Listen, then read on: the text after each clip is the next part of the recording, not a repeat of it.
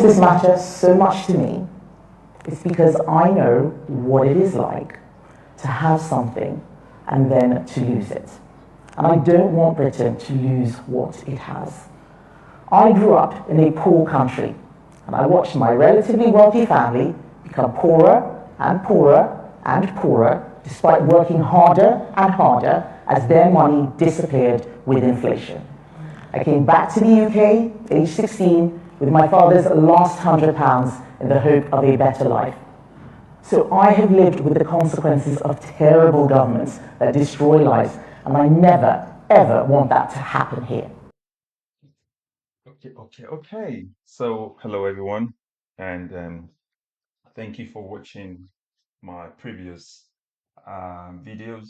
Um, I guess most of you already know what we're trying to achieve. The idea behind the strategies content is looking forward to 2027, obviously trying to create the kind of future that we want for Nigeria. And it's not going to be what you would call a utopia, really. There will be a lot of blemishes in the way to getting Nigeria to the point where we want it to.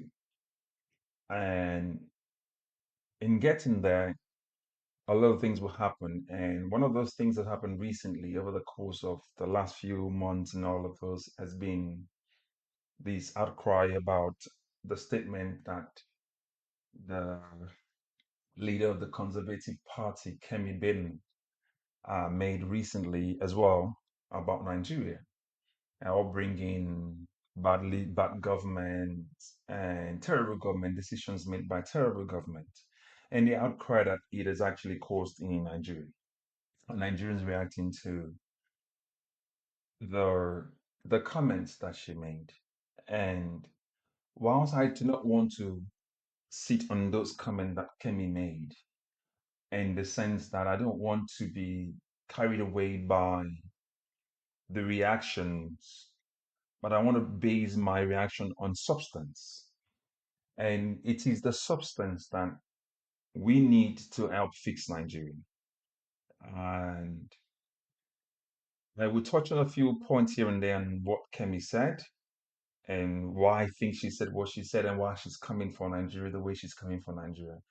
However, it is one time where we have a messenger hit the nail on the hammer on the nail on the head of the nail just to make sure that we drive a point that we've been trying to drive in for a long time. The reason why I'm saying that she's a messenger is this.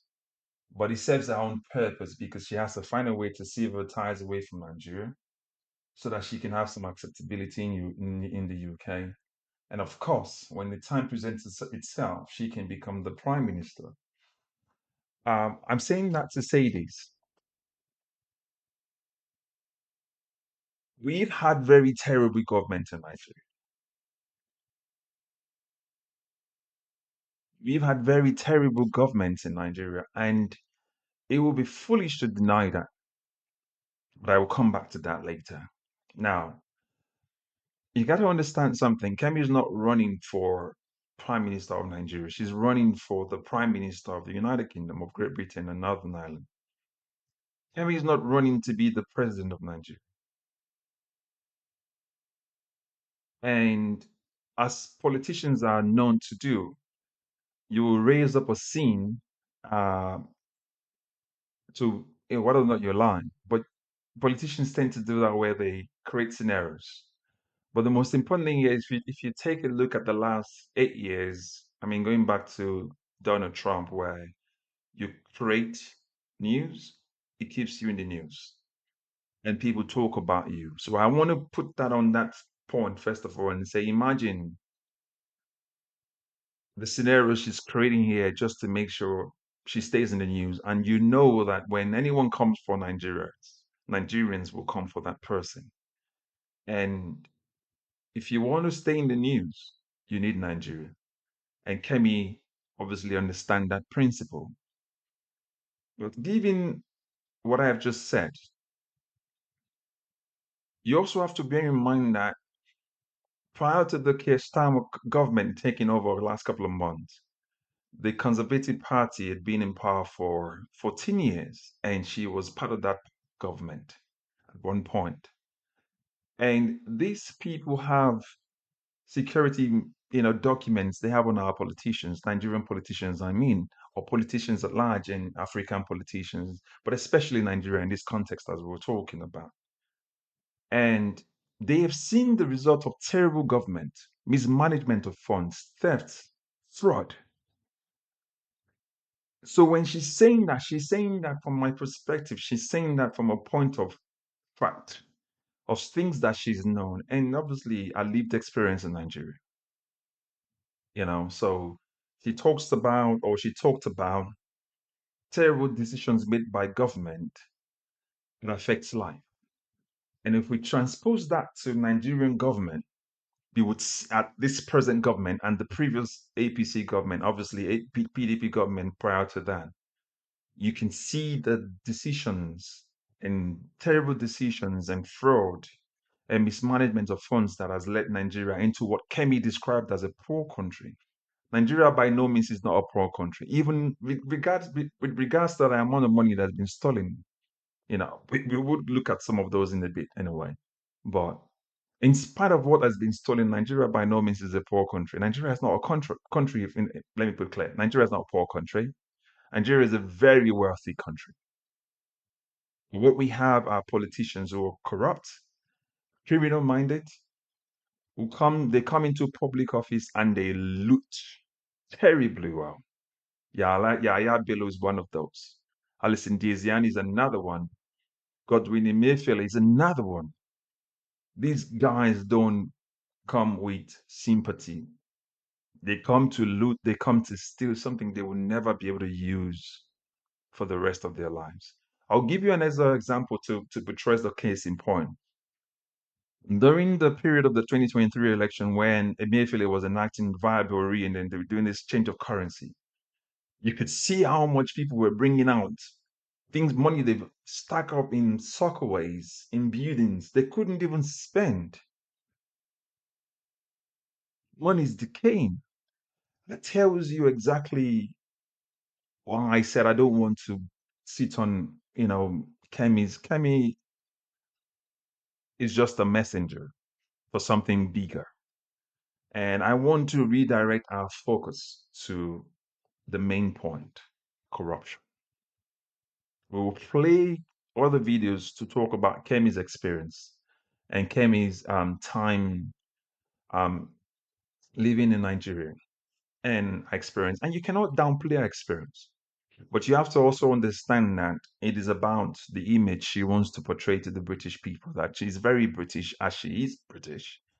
And she deserves to be the prime minister. And this is the key part I want you to focus. The Western press will always try to question allegiance. And considering the fact that she's Nigerian, they will question her allegiance. So she has to find a way, every way possible, to sever that tie, just to say, I am fully here for you. I have nothing to do with Nigeria. However, I can identify with my ethnicity. I am Yoruba. But with Nigeria, no, I have got no business with it anymore. So you can postulate that, but you can also go into the big picture of what are the things we can pick up from what she's saying and how to get Nigeria to be better. I'm going to be doing a comment about Davido at some point. Davido's, comment about Nigeria being in a mess, and a lot of people's reaction. I would try to address that.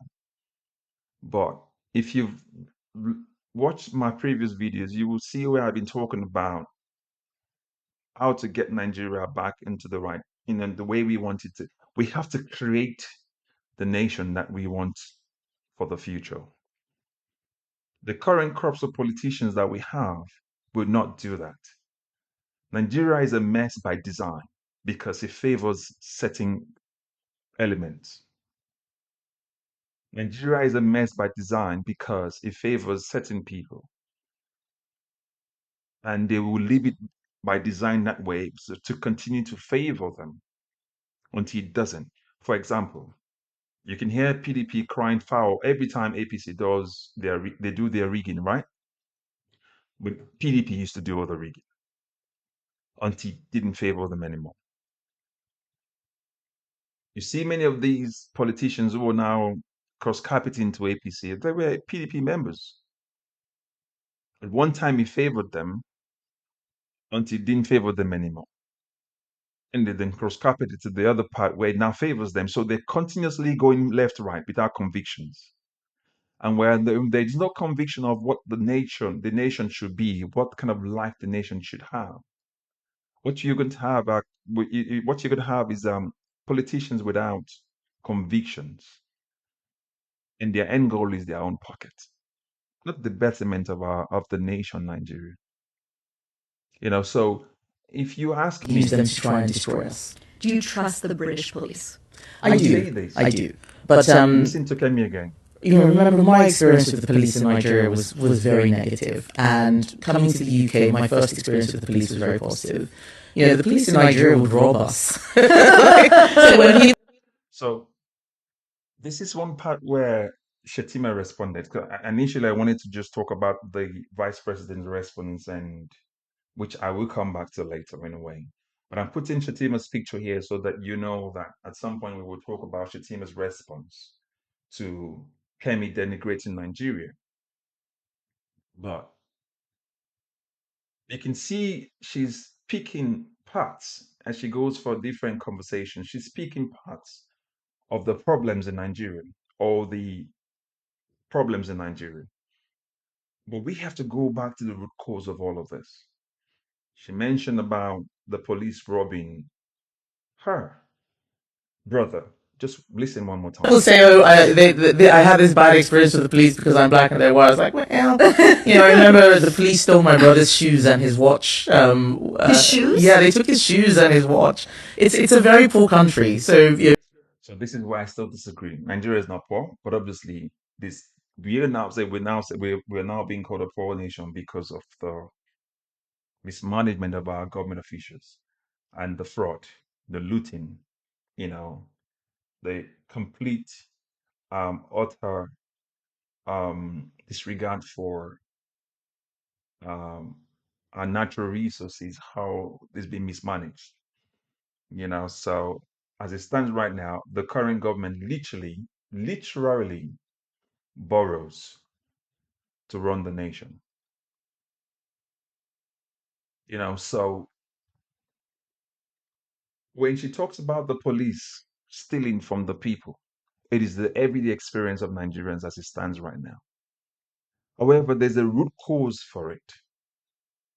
When politicians steal the money that the policeman is meant to get to cater for his family, the policeman has no other choice, so to speak, other than to go to the people and steal from them. We'll use another video again. I'll show you another video as a case in point as well. Because if you look at it, the policeman is paid peanut. He lives in a place where you would not live. And he comes back home every day, sees kids. And trust me, he can't take it. So he has to find the money somewhere. And he has to go back to the people. And the people he goes back to are the common man on the street. Because he doesn't have access to those greedy politicians who have stolen from our commonwealth. So we happen to be the victim and continuously still being the victim of what our politicians and the corrupt nature of our politicians and what they keep perpetuating and decimating the nation as it goes every single day. people do all sorts of things, and giving people a gun is just a license to intimidate.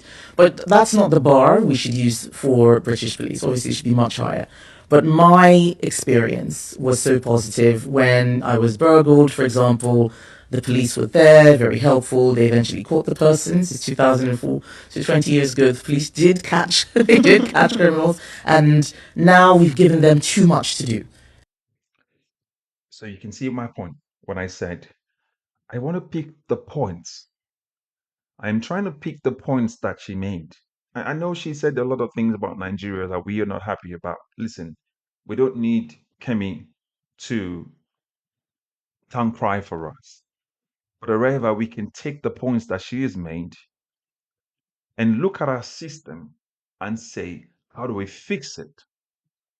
If not, we will be caught up in that bubble of our reaction, how bitter we feel, and why she should speak badly of Nigeria. Listen, before Kemi spoke badly of Nigerians, we have been speaking badly of Nigeria, of our Nigerian politicians as well, and how we want things to run. Before Kemi said that, we've been doing the work of trying to make sure that our system works. People have gone to jail for this. Listen, you can name the likes of Beko Ransom Kuti. You can name the likes of Gani Fahimi. There's still Femi Falana there today. People have gone to jail for to make Nigeria better. I mean, didn't the current president say he went into exile because of the military? So what we want is what the current president said he was fighting for. But what you see is complete mismanagement of funds, policies that are not working, bad policies, one bad policies after another bad policy, one bad policy after another bad policy, continuously perpetuating poverty in Nigeria, so that they can continuously stay in power and give you peanuts. So you can hear what she's saying. What is the standard that we want the police to have? But we have to also make sure that when we give setting that standard, we give the police the tools they need to do their job. Pay them well, let them live well. Pay the military well, let them live well. Listen, there have been cases where Minister for Police Affairs, is it Minister for Police Affairs, somebody like that, stole the pensions of the policemen and nothing happened. A policeman is on the road today. He gets shot by, get killed in the course of doing service to the nation. The next month, him and whatever is left of him and his family are thrown out of the barracks.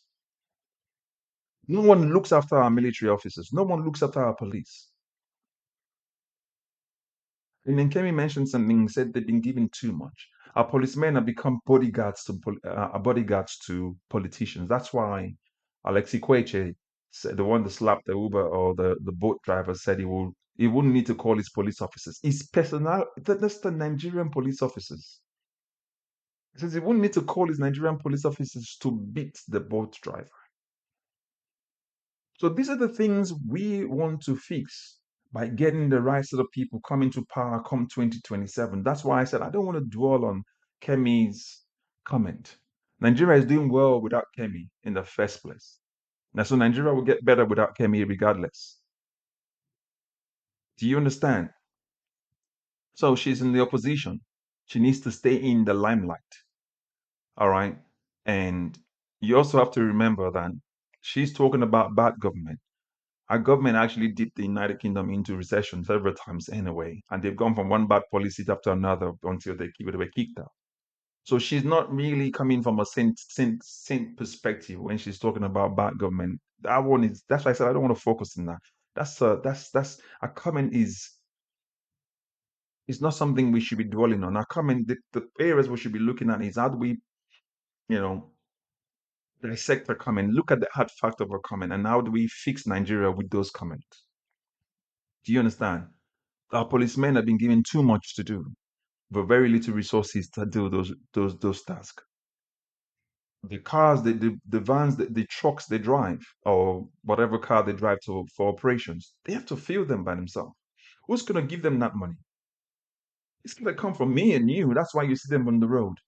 They get posted to different locations, but they have to give someone money to put them in there so they can go back and feed their family. So literally, it's a struggle for them every single day. Okay, so I am not trying to downplay Kemi's comment. I'm actually taking the point that she's making and trying to put that to you from a different perspective so that you can imagine. And that's the lived experience of most Nigerians every day. You see them on the road. Okay, so I want you to listen again. In my view. So the police are the first line of defense for everything. And I think that that burden makes it a lot harder for them to actually do the basics. And that's another thing that we need to. So you can see that, right? When you have leaders who have visions on how to help our society get better, they will put the right plans in place. The kind of leaders that we have in Nigeria don't have visions, they don't have commitment, they don't have convictions. Our politicians have no idea what they're doing. They just come in doing trial and error every single day. Why I'm saying that is this. When our current president got into power on his swearing in day, the man said subsidy is gone. He didn't have all the figures. He just mentioned subsidy is gone. He threw Nigeria back down into recession straight away with one comment. And Nigeria hasn't recovered from it till today. On the flip side, one of the former prime ministers from Kemi's own party was there for what, 40 something days, made a policy that threw the UK into recession. And we have the UK is not actually out of recession till date, it's still struggling out to come out of it because of someone's policy. That's how bad policies, bad government can actually be. Nigeria currently is actually sitting in poverty. There's hardship in Nigeria because of government policies. We didn't just get there today. We've been working towards that line for so long. So we're just seeing the final products of it, or something close to the final product of it.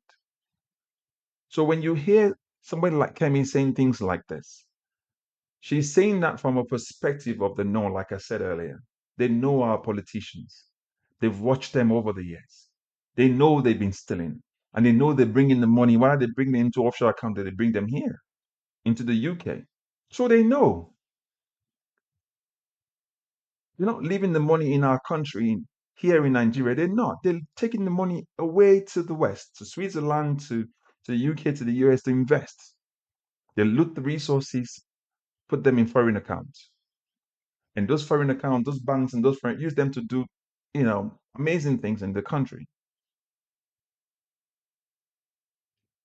So I want you to listen to this as well, yeah? Kemi Badenoch, the leader of the British Labour or Conservative Party.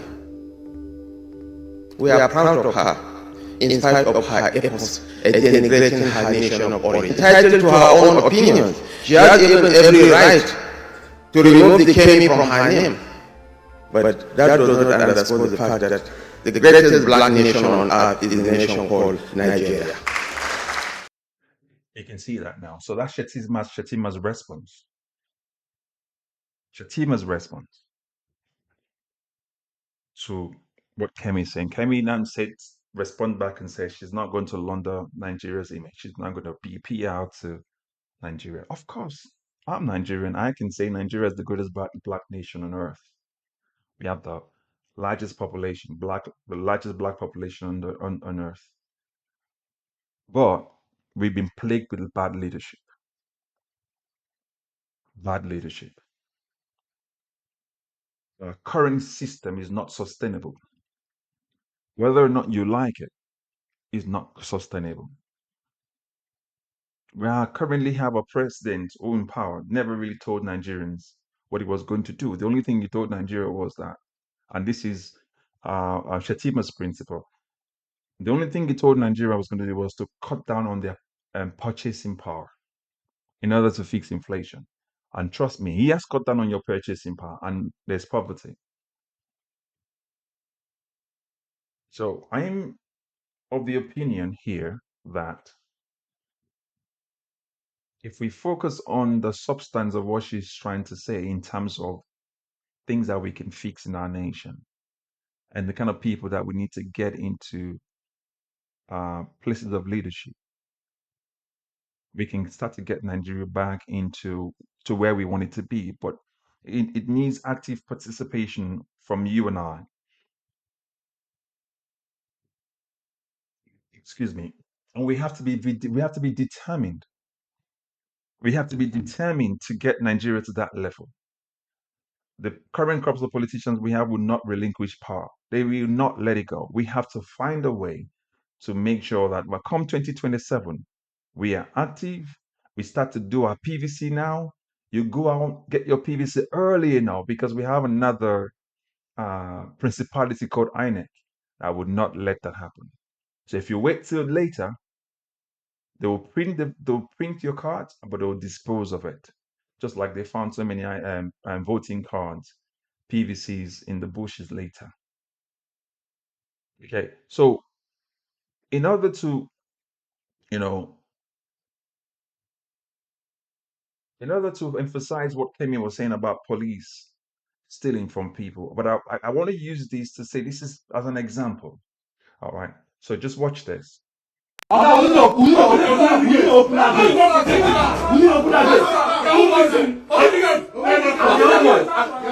police people, face mask, come to my house to support our boss. Say no, we are face mask.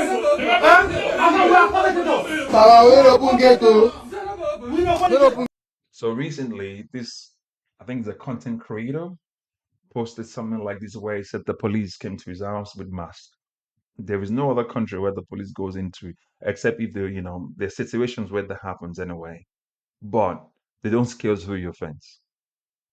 They always go in, they pump in, and then they have a warrant. Not like this. And this is one of the points Kemi was trying to make. That's why I said I wouldn't discount the concerns that she raised. And they are valid. And I'm saying, what is the root cause? Our police officers have not been well taken care of. And that's what we need to do. How do we fix it? So I know you can see the faces of these gentlemen here. I just use them as an example. Yaya Bello, David Umahi, Bello Matawale. He's somebody like Yaya Bello has been alleged by EFCC to say stole up to 190 billion. That's the money that would have been used to take care of the police in Kogi State. That's the money that will be used to do roads in Kogi State, hospitals, schools, infrastructure by the state, stolen by one man. David Umahi, something close to what, 6 point something billion? Again. And I think he's still part of this administration, if I'm wrong, if I'm right. And then there's Bello Matawale as well. Something close to 60 billion. So these guys are stealing billions, billions, billions. And guess what? They're in Matawale, Umahi, they're in their 60s, I think. For how many years would you live to spend that sort of billions? Even Yahya Bello, that's around 50 or thereabout. For how many years do you think, with the life expectancy in Nigeria or in Africa, for how many years would you live to spend 190 billion? Would not even come close to talking about, what's his name? What's the name? Diziani. So you can see my point. I mean, recently there was this lady called Beta Edu. That one more or less literally just stole the money, and she was suspended.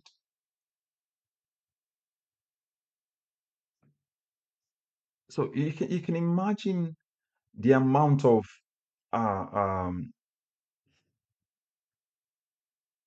corruption.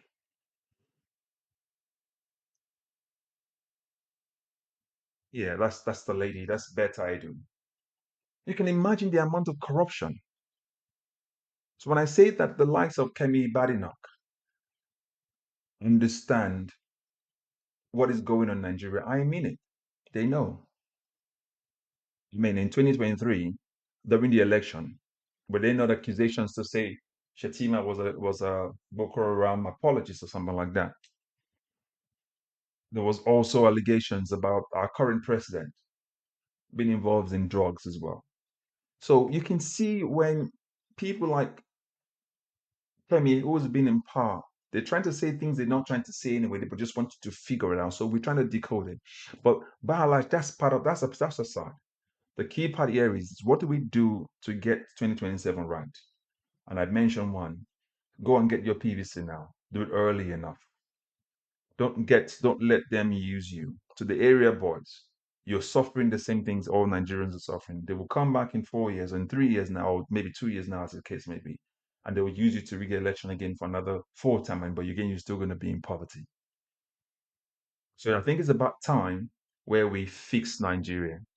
And I'm telling young people today as well, as you discuss this in your homes, in your private areas, as you do this, I'm saying to you, listen, Nigeria needs you. If you want to have a better future, go get your PVC now. Whilst we start to look for candidates who will become councillors, local government chairmen, governors, and president from all the political, but rather than APC and PDP. I'm saying again, I said this the last time, we know Shore is going to come out. But I do not think that with Shore and Peter will be separate. We have a good chance. If we have to get all these old gargles out of the way, we need to get new guys with visions in. All right. And obviously the momentum is towards peterobi, but there's this consistency with Shore. There needs to be a sit down because we need to garner the votes to get these people. And the more people register with their PVC and get their PVC on time, by the time we get to 2027, it will be too late. They would have to do an over rigging to a certain extent to be able to actually tell us they won. Do you understand? As a matter of fact, because we know at the moment we don't have a functioning Senate. It's just a rubber stamp Senate. They don't look through bills, it gets to them, boom, it's gone. So I'm saying to everybody, to Nigerians as well, if you want Nigeria to be better, speak up for the police. If you want Nigeria to be better, call out your politicians, call out your state governor, call out your state representatives. If you know money that been disbursed to them for particular infrastructure, call them out when it's not been done. When they do stuff and they come, they give them X amount of money for roads and they do it poorly, get to that road and call it out. Let the vendor, let the supplier or the contractor who did the work tell us how much they paid into or the company to do the job. This corruption has to stop so we can have a better Nigeria. This corruption has to stop so that we can stop insecurity. So that you can travel on the road. I can go into state in Nigeria from the north to the south and east and west without being afraid of, terrorists, attacking us on the road. Terrorists only still continuing because of our leaders. It's nothing else. So that's why I'm calling on everyone today. So as you watch this video, share the content, please. Like, make your comment. But let's have this dialogue in the comment section as to how we fix Nigeria. I want obviously you to share it with your siblings and then your family members and your friends. We're saying the things out now so that we can start early. Starting early makes more sense. All right? Because if we have to get our Nigeria back, we need to do it now. So again, until next time, please, like I said earlier, like, share, make your comments as well, and let's fix Nigeria. Speak to you later. Bye for now.